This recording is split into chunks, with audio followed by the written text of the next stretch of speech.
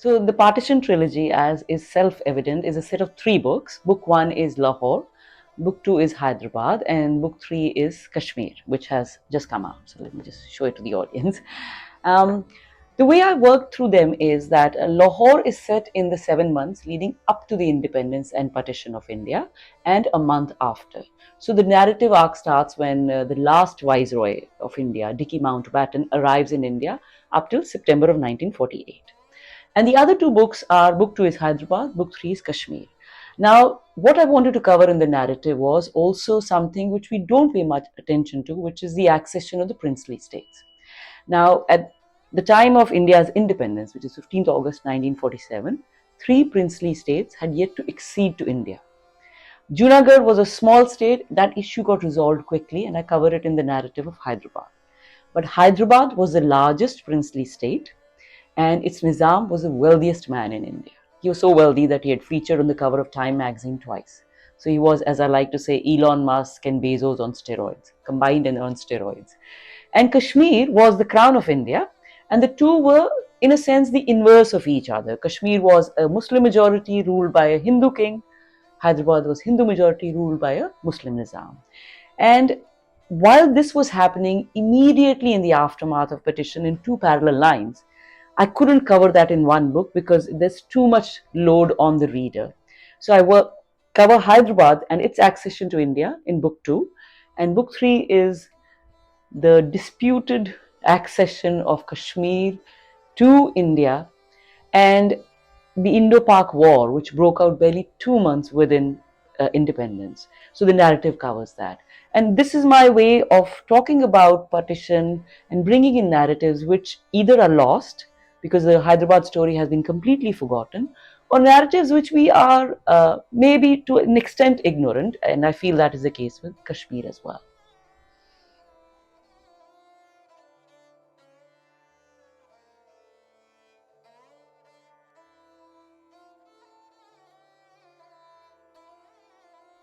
So Lahore actually released in 21, Hyderabad in 22, and Kashmir has released this year. I wrote these books also during the time of COVID.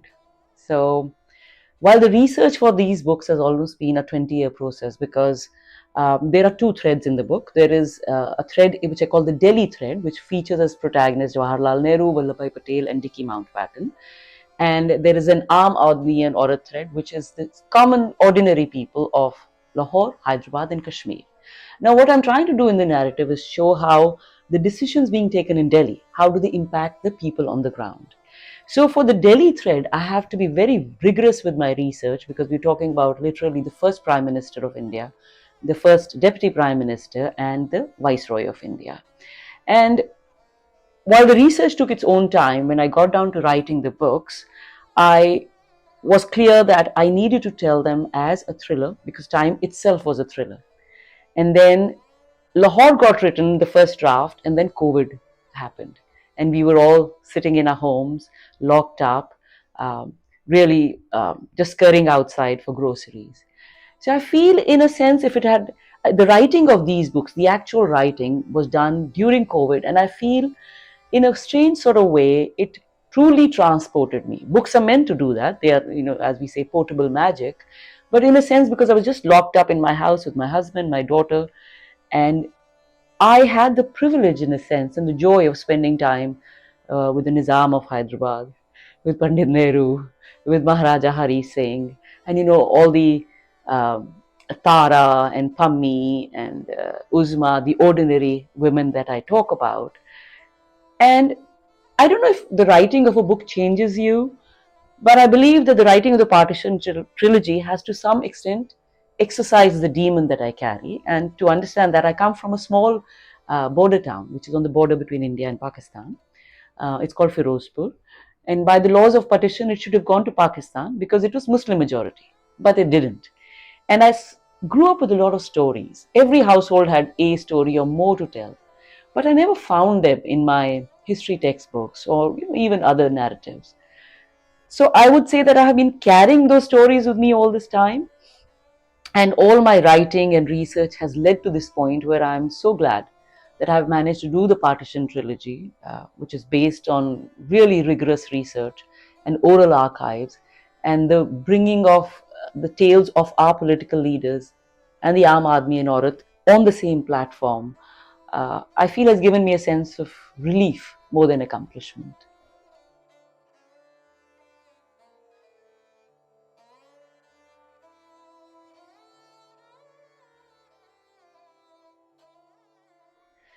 So for me, whilst researching the books, one thing was very critical. Since I'm going to be having as my protagonist these three luminaries, which is India's first Prime Minister, Pandit Jawaharlal Nehru, India's first Deputy Prime Minister, who was also the Home Minister, Sardar Vallabhbhai Patel, and our last Viceroy, who stayed on as the Governor General of Independent India, Dicky Mountbatten. Now, these are really storied figures, and a lot has been written about them. But what I'm trying to do is that they are my protagonists, which means I'm speaking in the voice of Jawahar. So I say, I'm in the head of Jawahar as the writer and looking at the world through his eyes. Similarly for Vallabh and for Dickey. Therefore, if I have to say, Jawahar is doing this, which means I have to know this person, not just know him as India's prime minister and the tryst with destiny speech, but I really need to understand him as a flesh and blood character. For instance, when he gets up in the morning, what does he do? What is the first thing he does? He used to do a headstand.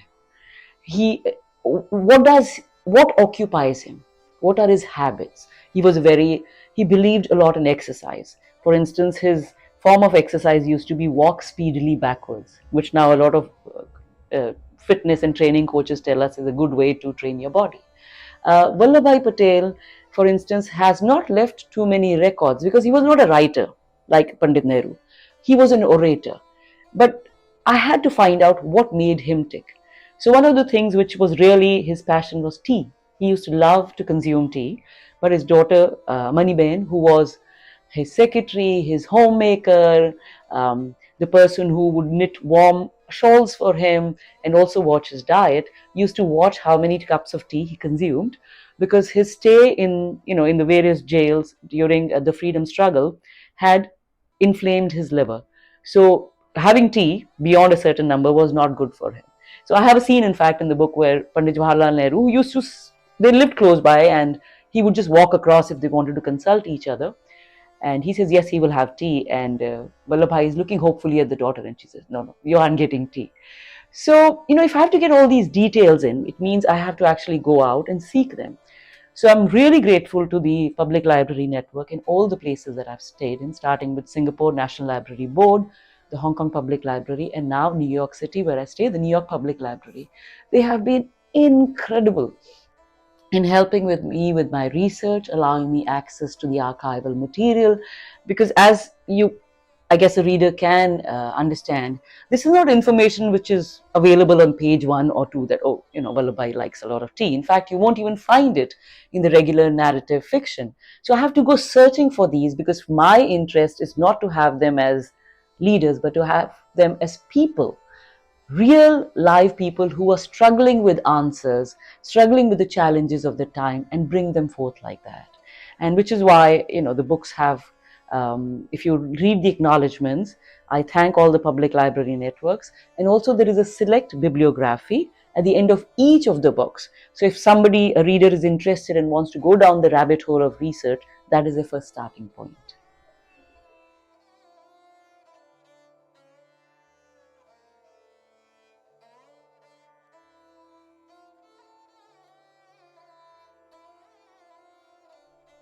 So in the Partition trilogy, because I have these two threads, and they're also looking at a period in time, which is a very cataclysmic period, time is in a gallop.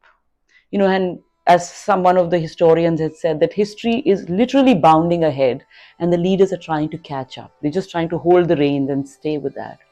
So for me, when I'm crafting Jawahar and Vallabh and Dickey as real flesh and blood characters, and Edwina, for instance, who's the wife of Dicky Mountbatten, since I'm showing them at that point in time, which is T equal to 1947, for me to realize them as people, what I do is I go back in time and delve into their memories, because that's what we do all the time. As people, we are living in the now, here and now, but something triggers a memory and brings it back. And I'm trying to show how the evolution of these people has brought them to this point in time. For instance, Jawaharlal Nehru's meeting with Mahatma Gandhi, and how their association has developed. Similarly, with Vallabhbhai Patel, there is a lot of um, reckoning that he does in the lead up to this, because he has always seen himself as Bapu's deputy. The person who was by Bapu's side as he carried out his various satyagraha efforts. And Vallabhbhai Patel was seen as the executor. Bapu would strategize and implement, but the man behind the scenes who makes sure that everything goes well was done by him. So there's a lot of back and forth, which I think also works thematically for the novel, because we are now in the 75th, 76th year of independence and partition. So whatever narratives we do now are remembering, we are stitching it back together. And they, at that point in time, are also always looking back and putting things together. So I thought it worked well thematically, because this is also a novel in a sense about trauma, especially when we look at the Aam Aadmi and Aurat, because this was such a traumatic time in their lives that now when I look back and I'm trying to bring them to the present, I'm trying to remind readers of that we all carry that in our bodies, because we are either the children or the grandchildren of partition. So memory, the weaving of memory, the remembering of all this is sort of a motif which runs through the partition trilogy.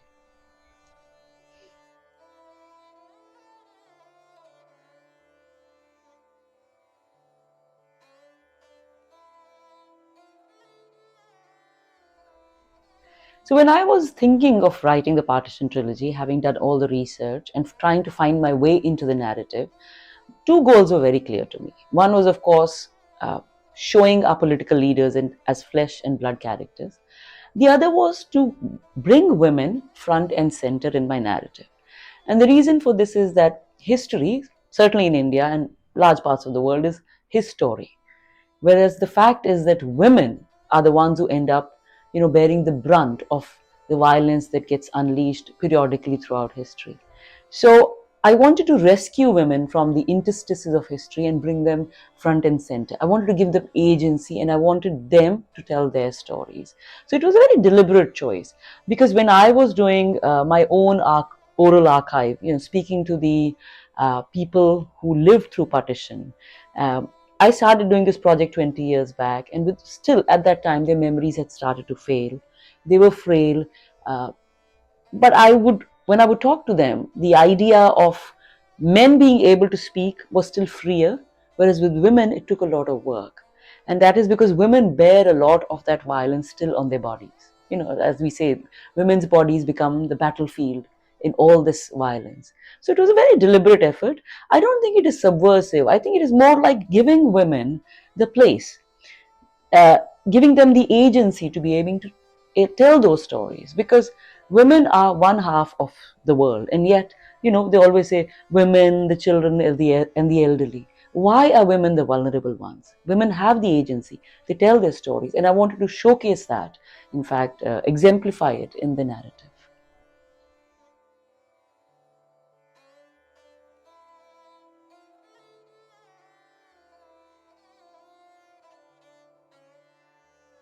Right. I think the Partition trilogy, when it came out, as I said, Lahore came out in 21 and Hyderabad 22, and Kashmir this year, 23. A lot of readers asked me that, oh, did you time it with India's 75th year of independence and partition? And I said, no, because the research for them started 20 years back. I had no idea that it would take me so much time to, come around to be able to write the narrative. And I feel that a lot of it is about not so much of timeliness, but the fact that we still haven't either realized or accepted that we carry partition and its violence and all its trauma in our bodies. Now, science has shown that trauma takes 3 generations to actually seep out of the blood. So, a mother passes it on to the child, who then can pass it on to the grandchild. And I think we're still tussling with that violence, because, for instance, statistics in India show that 97% of the violence against women comes from the domestic domain. That means people they know intimately are doing this violence to them. So why does this violence come? Where does it spring forth from, for instance? And when I was doing my research, everything just kept taking me back to the pivotal point of 1947. And I remember when I started doing that research, as I said, my first point was my own home, my grandparents, and then the people in my hometown, in my neighborhood. And it was very difficult to initially sort of break through and get people to start talking. And there are various reasons for it. One being obviously the pain of the trauma and the shame which is associated with a lot of women with what they went through. But I remember at some point there was this Sikh gentleman, elderly, and he said something and the penny dropped for me. He said, Puttar kise de haath saaf nahi. Nobody's hands are clean. And I like to bring it forth because, we end up comparing um, partition of 1947 to the Holocaust, the Jewish Holocaust. And I think it's not a accurate comparison. In fact, it is a lazy comparison because during the Holocaust, there was clear villain and clear survivors or victims. It was the Nazi regime and the ordinary Jewish people. Whereas in the case of partition, the violence erupted so suddenly and literally, like in the Mahabharata, which Mahatma Gandhi used to quote, brother is turning against brother. Brother is turning against the brother's wife. So there is the violence was not the sort of repository of only the Hindus or the Muslims or the Sikhs. Everybody turned against one another, which is one reason why I feel there is so much silence about partition. We don't want to talk about it because, hey, my grandfather could be implicated in that violence, for instance. So I feel it is just one of those things. This violence is with us, and unless we talk about it, unless we share partition stories and bring them up in the open, the lid will always be there. And when you put something inside a trunk and put the lid on it, it's always going to be rattling and producing that noise.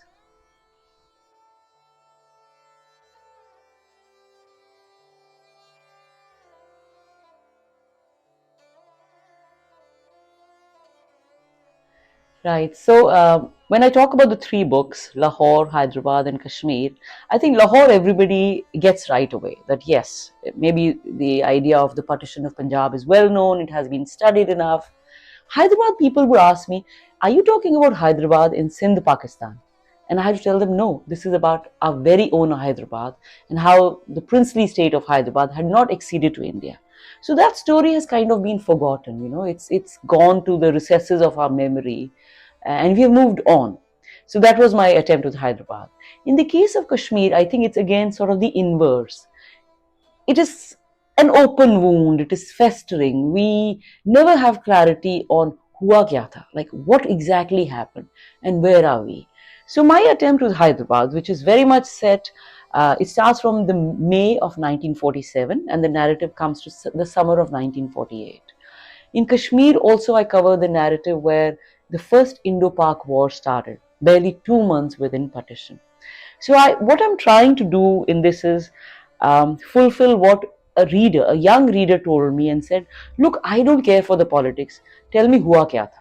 So, I'm just laying down a narrative and tracing both chronologically and through the characters, the Aam Aadmi and Aurat and the political leaders, not just in Delhi, but also in Kashmir. So there is Sheikh Abdullah, who was a revolutionary leader and the first chief minister of Kashmir, and also Maharaja Hari Singh, who was the Hindu ruler, the Dogra ruler of the princely state of Jammu and Kashmir.